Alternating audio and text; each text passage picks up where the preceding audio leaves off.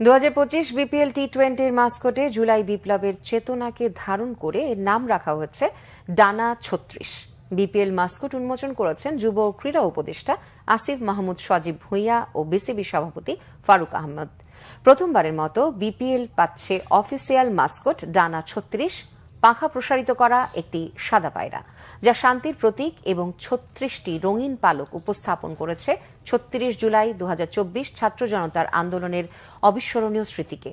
এই মাস্কটের স্বাধীনতা, শান্তি, মুক্তি, তারুণ্য, প্রাণবন্ততা উৎসবকে তুলে ধরবে।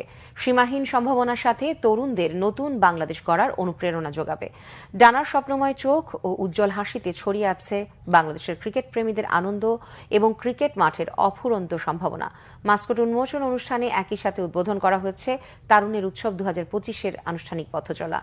ছাত্র জনতা বিপ্লবকে সামনে রেখে বিপিএল এর থিম সং করা হয়েছে এসো দেশ বদলাই, পৃথিবী বদলাই।